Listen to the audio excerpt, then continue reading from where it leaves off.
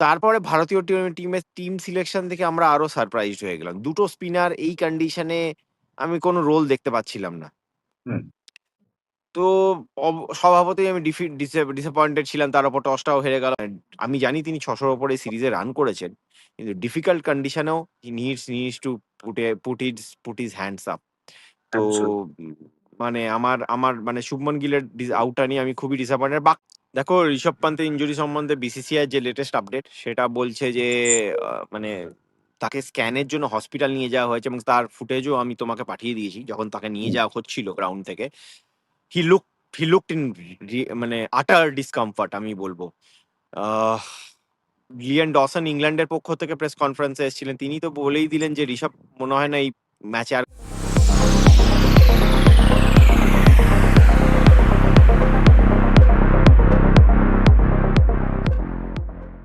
গতকাল আমরা আলোচনা করেছিলাম যে অধিনায়ক শুভমান গিল রোহিত শর্মার টস হারার যে লিগ্যাসি সেটা বহন করবেন কিনা। আলটিমেটলি সেটাই দেখা গেল। সেটা নিয়ে আমরা আলোচনা করব এবং আজকে সারাদিনের খেলা নিয়ে অনেক কিছু বিষয় আছে আলোচনা করার। ভারতের টিম কম্বিনেশন, সাই সুদর্শনের পারফরমেন্স, ওভারঅল ব্যাটিং পারফরমেন্স এবং তার থেকে সঙ্গে যেটা সবচেয়ে গুরুত্বপূর্ণ পার্ট সেটা হচ্ছে ঋষভ পান্থের ইনজুরি, সেটার কি কন্ডিশন রয়েছে, এবং এই সমস্ত আপডেট দেওয়ার জন্য আমাদের সঙ্গে রয়েছেন সন্দীপন ব্যানার্জি ম্যানচেস্টার থেকে। সন্দীপন, তোমাকে উইলে উইলে আবার স্বাগত। ধন্যবাদ পার্থদা। একটা আমি এই সিরিজে যে ট্রেন্ডটা আমরা দেখলাম হুম, সেই ট্রেন্ডটা কন্টিনিউ করলো মানে একটা কি হয় মানে পেন্ডুলামটা এইদিক ওদিক মুভ করার যে একটা ট্রেন্ড দেখেছি পুরো সিরিজে সেটা আজকে ম্যানচেস্টার টেস্টের ডে ওয়ানেও আমরা দেখতে পেলাম। এক্স্যাক্টলি। একটা সেশন ভারতের প্রথম সেশন, তো সেকেন্ড সেশন ইংল্যান্ডে, এইভাবে এগিয়েছে। কিন্তু তার আগে বলো, আমি যেটা দিয়ে শুরু করলাম, এই যে টস হার, এটা কি ভারতের পক্ষে গেল? সারাদিনের পারফরমেন্স এবং সমস্ত কন্ডিশন দেখে কি মনে হচ্ছে? তুমি যদি আমায় বলো আমার মনে হয় দুটো টিমই উইকেটটাকে মিসরিড আহ, করেছে। দুটো টিম যত না মানে আমার মনে হয় ইংল্যান্ড একটু হলেও মিসরিড করেছে, কেননা প্রথমেই যখন আমরা আজকে সকালে গেলাম গিয়ে দেখলাম যে উইকেটে গ্রিন, এতটা ঘাস, ওভারহেড কন্ডিশন, মেঘলা, দেখে মনে হচ্ছিল আইডিয়াল বোলিং ডে হুম। এবং বেন স্টোকস হয়তো সেটাই ভেবেছেন। এবং তারপরে ভারতীয় টিমের টিম সিলেকশন থেকে আমরা আরো সারপ্রাইজড হয়ে গেলাম। ২ টো স্পিনার এই কন্ডিশনে আমি কোনো রোল দেখতে পাচ্ছিলাম না। হুম। তো স্বভাবতই আমি ডিসঅ্যাপয়েন্টেড ছিলাম। তার উপর টসটাও হেরে গেল। ভারতকে ১ম ব্যাট করতে হলো ওই উইকেটে। কিন্তু আমি লিফটে আসার সময় রিকি পন্টিং এর সাথে দেখা হয়ে গেল। তো রিকি পন্টিংকে জিজ্ঞেস করা হলো যে হুম। কি তার মত এই ২ টো স্পিনার খেলানোর স্ট্র্যাটেজি নিয়ে। তো রিকি পন্টিং বলল, "the wicket is underneath is very dry." ওদের কাছে পিচ অ্যাক্সেস আছে। ওরা পিচের কাছে গিয়ে পিচ রিপোর্ট ওরা করেন। ওনারা পিচ দেখতে পান। তো obviously he and being being Ricky Ponting an successful international captain, আমি মনে হয় মানে ওনার রিডিংটাকেই জাস্টই আমি ভরসা করব। তো উনি বললেন যে আন্ডারনিথ এ খুব ড্রাই। ভারতে উচিত ছিল কুলদীপকে খেলানোর। মানে ২ টো স্পিনার তো খেলানো উচিতই, মানে কুলদীপকে সেকেন্ড স্পিনার হিসেবে খেলানোর। তো যাই হোক মানে যেহেতু রিস্ট স্পিনারদের রেকর্ড এই গ্রাউন্ডে অনেক ভালো। হুম। এরপরে আমি সেম কোয়েশ্চেন চেতেশ্বর পূজারাকে করলাম। চেতেশ্বর পূজারাও কিন্তু আমাকে একই কথা বললেন। যদি তিনি বললেন ওয়াসি যেহেতু ব্যাটটা করে তাই জন্য ওয়াসিকে খেলিয়েছে ভালো, একটা সেন্সিবল কল। তো আমি কমেন্ট্রিও শুনছিলাম। কমেন্ট্রিদের ইংলিশ কমেন্টেটররাও বলো, ইন্ডিয়ান যারা রিপ্রেজেন্টেটিভ সেখানে তারাও বলো, তারা সবাই কিন্তু ২ টো স্পিনার খেলানোটাকে কেউ মানে চ্যালেঞ্জ করছিল না ডিসিশনটাকে। কেউ ক্রিটিসাইজ করেনি। এক্স্যাক্টলি। সুতরাং এবং আমার মনে হ্যাঁ, বলো। হ্যাঁ, আমার মনে হচ্ছে যে ড্রাইনেস যেটা সেটা হয়তো আমাদেরই উইকেটটা রিড করতে একটু ভুল হয়েছে, বা শুভমনকেও কালকে যখন জিজ্ঞেস করা হলো প্রেস কনফারেন্সে তিনিও অতটা বুঝতে মানে হয়তো মানে রিড করেননি, বা তখন যখন যেই অবস্থায় তিনি উইকেটটা দেখেছিলেন তারপরে উইকেটটা কিন্তু মানে আন্ডারনিথ যে এতটা ড্রাই সেটা কেউই বুঝতে পারেনি। বেন স্টোকসও বুঝতে পারেনি। তো যাই হোক টসটা ভারত হারলো। আমার মনে হয় গুড টস টু লুজ, কারণ এইখানে হিস্ট্রি যদি তুমি দেখো টসে জিতে কিন্তু আজ পর্যন্ত কোনো একটা ক্যাপ্টেন ফিল্ডিং নিয়ে ম্যাচ জেতেনি। But overall at the end of the day আমি বলবো England will have a better night of sleep, কেননা ভারতের যা অবস্থা, যেভাবে স্টার্ট করেছিল তারপরে ভারতের যে অবস্থা হলো, ঋষভ পন্তের ইঞ্জুরি, সব মিলিয়ে হ্যাঁ, ইন্ডিয়া তো মানে আনকমফোর্টেবল পাঁচ পজিশনে আছে। সেশনের পর যেখানে 94-0, 94 নো লস, সেখান থেকে দিনটা যেখানে শেষ হলো, এইটা আশা করা যায়নি। এবং সবচেয়ে বড় কথা তুমি যেটা বললে, আমরা গত 2-3 দিন ধরে যে আলোচনাটা করছিলাম, যেহেতু বেশ কয়েকদিন ম্যানচেস্টারে লাস্ট কয়েকদিন বৃষ্টি হয়েছে, আমাদের মনে হচ্ছিল যে উইকেটটা ড্যাম্প হবে এবং আন্ডারনেথ ওয়াটার মানে জল থাকবে, বা মানে একটা ময়েশ্চার থাকবে আর কি। তো সেই সবটা আহ কে ভুল প্রমাণিত করে। এবং তুমিও যেটা বললে, আমারও তাই মনে হচ্ছিল টিম দেখার পর, যে কেন সেকেন্ড স্পিনার। তো দিনের শেষে অবশ্যই বলতে হয় যে টিম ম্যানেজমেন্ট ওয়াইজ ডিসিশন নিয়েছে। সেকেন্ড, তবে হ্যাঁ, আবারও তুমি যেটা বলছো, যেটা রিকি পন্টিং তোমাকে বলছেন, হয়তো বললে করে এই উইকেটে বেটার করতেই পারতো। তবুও তবুও আমি তোমাকে জিজ্ঞেস করবো, এই যে একটা ব্যাটারে কম যাওয়া, এবং তার ফলে আমি এখন অব্দি জানি না যে ঋষভ পান্থ কি কন্ডিশনে রয়েছে, এই একটা ব্যাটারে কম যাওয়াটা কি কোথাও একটা এফেক্ট ফেলবে বলে মনে হয়? আপনার ঋষভ পান্থ ইনজুরি তো মনে হচ্ছে এফেক্ট ফেলবে, কিন্তু মানে ওই আর কি, মানে হর্সেস ফর কর্সেস হিসাবে গেছে আর কি, যেহেতু হুম, ওয়াসি ব্যাটটা করতে পারে, প্লাস লাস্ট ম্যাচে 4টে উইকেট নিয়েছে লাস্ট ইনিংসে আর কি। তো সেক্ষেত্রে ওয়াসিকে ড্রপ করতে পারেনি ভারতীয় দল এই ম্যাচে। ঠিক। বাট সবই নির্ভর করছে কিন্তু ভারত ফার্স্ট ইনিংসে কত রান বানাচ্ছে তার উপর। তোমার স্পিনটা উইকেটে যখন ধরবে, মানে তোমার ফোর্থ ইনিংসে ডিফেন্ড করতে হলে, 350-ওর ওপরে রান ডিফেন্ড করতে হলে, তবেই কিন্তু স্পিনটা একটা ফ্যাক্টর হবে। অবশ্যই, তুমি যদি অবশ্যই। 150 রান ডিফেন্ড করো তাহলে কিন্তু স্পিন হুম, ফ্যাক্টর হবে না। ঠিক, তো ঠিক। সেক্ষেত্রে তোমাকে ফার্স্ট ইনিংস স্কোরটা বড় হতে হবে এবং সেটা ম্যাটার করবে। তো আমার মনে হয় মানে মানে ভারত এই এই মুহূর্তে যে অবস্থায় আছে, 264-তে 4, টেকনিক্যালি 264-তে 5। হুম। আমরা সকালে দেখবো নিউ বলটা, সেকেন্ড নিউ বল ইংল্যান্ড নিয়ে নেবে অ্যাট দ্য স্টার্ট। তো সেক্ষেত্রে ভারতের আবারও সেই বলারের পক্ষে জাদেজা। কিন্তু সেই জাডেজা ডিফিকাল্ট তো হবেই, কন্ডিশন তো চ্যালেঞ্জটা হবে এবং ডিফিকাল্টও হবে। ঠিক। আমি এখানে ভারতের ব্যাটিংয়ে দুটো প্রশ্ন করবো, সেটা হচ্ছে যে আজকে ভারত যেভাবে ব্যাটিংটা করলো শুরু থেকে, রাহুল এবং যশস্বী জয়সওয়াল, জয়সওয়ালকে অনেকটাই অন্যরকম ভাবে ব্যাটিং করতে দেখলাম আজকে। হুম, এবং তার সঙ্গে সাই সুদর্শন, এই হুম। ব্যাটিংটা নিয়ে কি বলবে?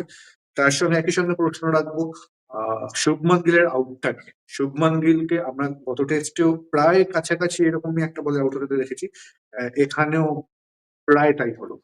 তো শুভমান গিলের ব্যাটিংটা নিয়েও প্রশ্ন থাকবে। তো শুরু থেকে যদি বল। আমার মনে হয় শুরুতে দুজন ওপেনারই খুব ভালো ব্যাট করেছেন। হুম, আ স্পেশালি আমি ক্রেডিট দেবো যশস্বী জয়সওয়ালের, কিন্তু তিনি স্বভাবত তার যা চরিত্র সেইখান থেকে বাইরে বেরিয়ে তিনি ঠিক। বল অনেক ছেড়েছেন। তুমি দেখবে ওনাকে কাভার ড্রাইভ করানোর জন্য অনেক লোভ করেছে, করেছে। দিচ্ছিল আরকি ইংলিশ বোলাররা। কিন্তু তিনি সেই কাভার ড্রাইভটা করছিলেন না। হুম, আ কে.এল. রাহুলও আমার মনে হয় ফার্স্ট ইনিংসে ১ম হাফে যথেষ্ট ভালো ব্যাট করেছেন। ইট ওয়াজ ঠিক। আনফরচুনেট যে তিনি তার হাফ সেঞ্চুরিটা পেলেন না। হুম, আ বাট ওপেনাররা আমার মনে হয় you can't blame the opener. They had did their job. যেটা অ্যাবসলিউটলি। আমাদের প্রবলেম হচ্ছে যে যখনই বল একটু নড়ছে বা বল একটু সুইং হচ্ছে, অফ দ্য উইকেট কিছু হচ্ছে বা ইন দি এয়ার কিছু বল হালকা মুভ করছে, তখন কিন্তু শুভমন গিলের প্রবলেম হচ্ছে।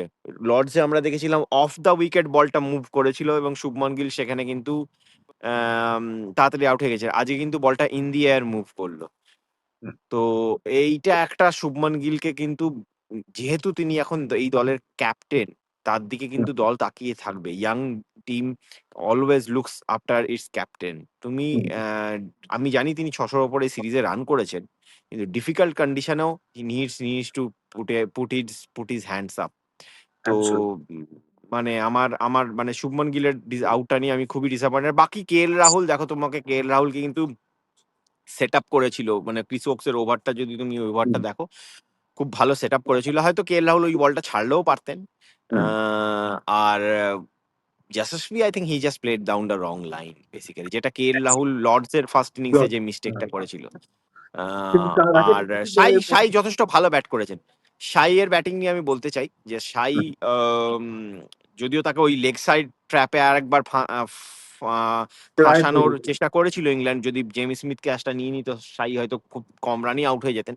কিন্তু যাই হোক, আ আর ফরচুনেটলি ফর ইন্ডিয়া যে জেমি স্মিথ এই ক্যাচটা ড্রপ করে এবং সাই ওখান থেকে রানটা, কিন্তু ওই একটা লেগ সাইডের উইকনেসটা তুমি যদি বাদ দাও ওর, মানে হুম, অনেকে বলছে যে মাথাটা পড়ে যাচ্ছে। বাট ওভারঅল আমি কিন্তু বলব যে ওর ইনিংসটা মানে ও কিন্তু যতক্ষণ ক্রিজে ছিল কমফোর্টেবলি লেগেছে আমাকে। আমার ওই একটা যদি তুমি লেগ সাইডের ওই মাথা পড়ে যাওয়ার ব্যাপারটাকে যদি তুমি একটু ইগনোর করো, সাই কিন্তু looks like a good prospect for number 3। সবাইকারই কেউ 100% হয়ে ইন্টারন্যাশনাল ক্রিকেটে না আসে না। না, সবাই খেলতে, খেলতে নিজেকে গ্রো করে। সাইও করবে আই বিলিভ।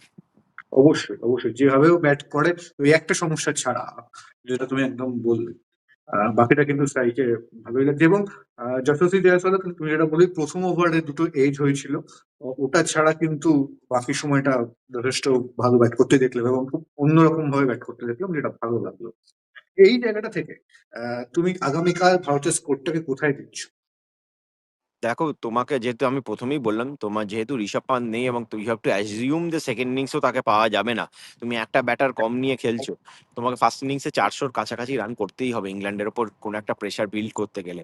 হুম, উইকেটে কিন্তু আজকে ইংল্যান্ড কিন্তু নিউ বলে ভালো বল করেনি। তাদের মানে স্পেশালি যারা hit that a kind of bowler, যেমন জফরা আর্চার বলো বা তুমি যদি ব্রাইটন কাস বলো, তারা কিন্তু উইকেট থেকে এমন কিছু হেল্প পায়নি। তারা একটু শর্ট বল করেছে আমার মনে হলো। কিন্তু তুমি যদি যারা মানে একটা জায়গা ধরে বল করে যেমন বোলার, যেমন ক্রিস ওকস হুম। বা তুমি ধরো বেন স্টোকস, এরা কিন্তু সাকসেসফুল। তো ভারতের কাছেও এরকম অনেক বোলার আছে, বা সিরাজ এই রানটা করতো, আনসুল কাম্বোজ এই জিনিসটা করতে পারে। Obviously Bumrah is Bumrah. কিছু বলে না। তো ভারতের কিন্তু বোলিং অ্যাটাকটা ভালো, কিন্তু তাদেরকে একটু রানের কুশন তোমাকে দিতে হবে। তোমাকে কম, আমার মনে হয় মিনিমাম আমি চাইবো যে 350 থেকে 400, 400 হয়ে গেলে তো খুবই ভালো হয়। কিন্তু second new ball with just Jadeja বাকি আছে, শার্দুল, আমি জানি শার্দুল ব্যাট করতে পারে, কিন্তু নিউ বলের এগেনস্টে কতটা তিনি ব্যাট করবেন, সার্ভাইভ করতে পারবেন, সেটা নিয়ে আমার ডাউট আছে। ওয়াশি, এগেন ওয়াশিকে আজকে কেন আগে পাঠানো হলো না, কেন শার্দুলকে তার আগে পাঠানো হলো, এটা কেউ জানে না। মেবি তিনটে লেফট হ্যান্ডারকে তারা একসাথে পাঠাতে চায়নি ব্যাক টু ব্যাক। আহ, আমার মনে হয় ওয়াশির একটা বড় রোল, কেন ওয়াশিকে যেহেতু নিজের ব্যাটিং এর জন্য সিলেক্ট করা হচ্ছে, সেই ব্যাটিং এ তিনি এখনো পর্যন্ত কিন্তু তেমন কিছু সাকসেসফুল নয় ব্যাট হাতে। তো এই ব্যাট হাতে তিনি কালকে কি করেন সেটার দিকে নজর থাকবে। খুব ক্রুশাল কন্ট্রিবিউশন, এবং আনসুল কাম্বোজও কিন্তু ব্যাট করতে ব্যাট পারে। করতে পারবে। মানে ওই 16-17 অ্যাভারেজ মনে ফার্স্ট ক্লাসে, একটা হাফ সেঞ্চুরিও আছে। তো আনসুল কাম্বোজ মানে তেলটা যতটা সম্ভব জাদেজা, জাদেজাকে তো মানে প্রধান সোজা কথা ভূমিকা হচ্ছে নিতেই হবে। জাডেজা একটা দিকে টেনে যতটা সম্ভব তোমার জাদেজাকে সাহায্য করতে পারে এবং রানটা যতটা নিয়ে যেতে হবে, মানে 400 হয়ে গেলে আমি মানে I will be more than happy. ঠিক। এবং এখানে কালকে ওয়েদারটা কেমন থাকবে বলো, কারণ কালকে সকালের দিকে কি মেঘলা থাকবে? এবং যখন যেহেতু ইংল্যান্ড নতুন বলটা দেবে এবং ভারতের টেলকে সেই নতুন বলটা সামলাতে হবে, সেখানে ওয়েদার কতটা ফ্যাক্টর হতে পারে? হ্যাঁ, ওয়েদার একটা ফ্যাক্টর হবেই, কিন্তু কালকে হয়তো যতটা আজকে সকালে মেঘলা ছিল অতটা থাকবে না। ওয়েদার ফোরকাস্ট যা বলছে মেঘলা থাকবে, কিন্তু বৃষ্টির কোনো সম্ভাবনা নেই। বাট ওভারহেড কন্ডিশনের সুযোগ তো একটা ইংল্যান্ড পাবেই। ঠিক। তবে এইগুলোর থেকেও কত রান হবে কালকে ফার্স্ট ইনিংসে, কি কন্ডিশন থাকবে, ইংল্যান্ড কখন নতুন বল নেবে, বা ভারত তারপরে কতটা তাড়াতাড়ি আউট করতে পারবে, এইসবের থেকেও এইসব চিন্তা ভাবনার থেকেও বোধহয় সবচেয়ে বড় কনসার্ন সেটা হচ্ছে ঋষভ পান্থের ইনজুরি। প্রেস কনফারেন্স থেকে তুমি ফিরেছো, সেখানে কিছু জানা গেল কিনা, বা তোমার কাছে ঋষভ পান্থের ইনজুরি সম্পর্কিত লেটেস্ট কি খবর আছে?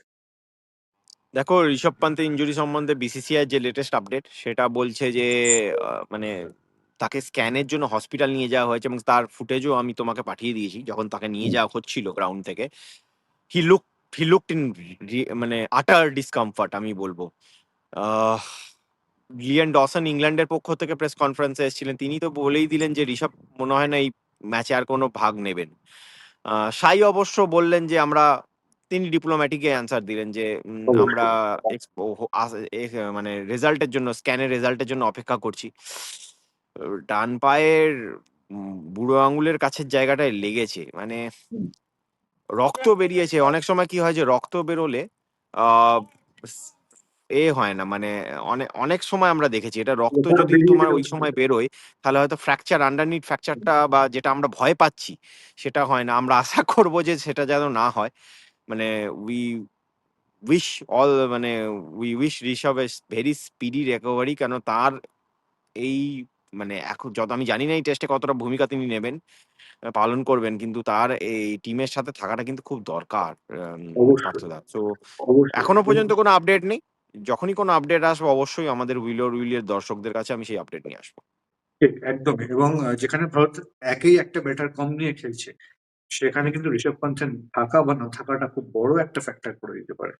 হয়তো উইকেটের পেছনে ধ্রুব জুড়েল পারফর্ম করে দেবেন যদি প্রয়োজন হয়, কিন্তু ব্যাটার ঋষভ পান্থের ভূমিকাটা কিন্তু খুব গুরুত্বপূর্ণ। এবং একদমই। তোমার কি মনে হয় যে এইখান থেকে একটা প্রশ্ন কি ভবিষ্যতের জন্য উঠতে শুরু করতে পারে? গত টেস্ট আমরা দেখলাম, এই টেস্ট আমরা দেখলাম, এবং ভারতের ব্যাটিং এর যে এখন স্ট্রেংথ, বিরাট কোহলি রোহিত শর্মারা চলে যাওয়ার পরে যার লাইন আপ যেমন, তাতে করে কি ইন ফিউচার ঋষভ পান্থকে শুধু টেস্ট ক্রিকেটে শুধু ব্যাটার হিসেবে ভাবার কি সময় আসছে ধীরে ধীরে? হলেও হতে পারে, হলেও হতে পারে। কেন এই টেস্ট টিমের তো Rishabh Pant one of the main batters. আমি বলবো সবথেকে Absolutely, ইম্পোর্টেন্ট ব্যাটার এই টিমের ঋষভ পান্থ। একদম। আর Dhruv Jurel is a good enough batter. মানে আর ভালো কিপিং করেছে আগের ম্যাচে। যদিও একটু সেকেন্ড ইনিংস একটু বাই-টাই হয়ে গেছে। But he is a good keeper. He can improve. This is his মানে ফার্স্ট ট্যুর অফ ইংল্যান্ড। ইংল্যান্ডে এসে সমস্ত কিপারের প্রবলেম হয় বল বিকজ অফ পরে দ্য লেট সুইং। নড়ে। আ হ্যাঁ, তো ধ্রুব জুরের ওপর তুমি ভরসা করতে পারো। I think it's a good call যদি ঋষভকে শুধু ব্যাটার হিসাবে খেলিয়ে ধ্রুব জুরেলকে কিপিং করানো হয়। আমার মনে হয় না খুব একটা তাতে প্রবলেম হবে। কারণ নাম্বার 6 টা নাম্বার 6 এ কিন্তু এখনো ভারত নড়বড়ে ব্যাটিংটা। মানে কাকে খেলাবে চেঞ্জ হচ্ছে, যেমন কোনো ম্যাচে করুণ নায়ার খেলছে, কোনো ম্যাচে অন্য কেউ খেলছে, কোনো ম্যাচে ওয়াসি খেলছে। তো সেখানে Dhruv Jurel is a good enough batter I think. ঠিক, ঠিক, অবশ্যই। দেখা যাক কালকে। আশা করি কোনো ভালো খবর আসবে স্ক্যানের পরে, এবং ভারতের জন্য হয়তো দিনটা ভালো যাবে কালকে, এটাই আশা থাকুক। অনেক ধন্যবাদ সন্দীপান। কালকে আবার দিনের শেষে তোমার সঙ্গে দেখা হবে। ধন্যবাদ।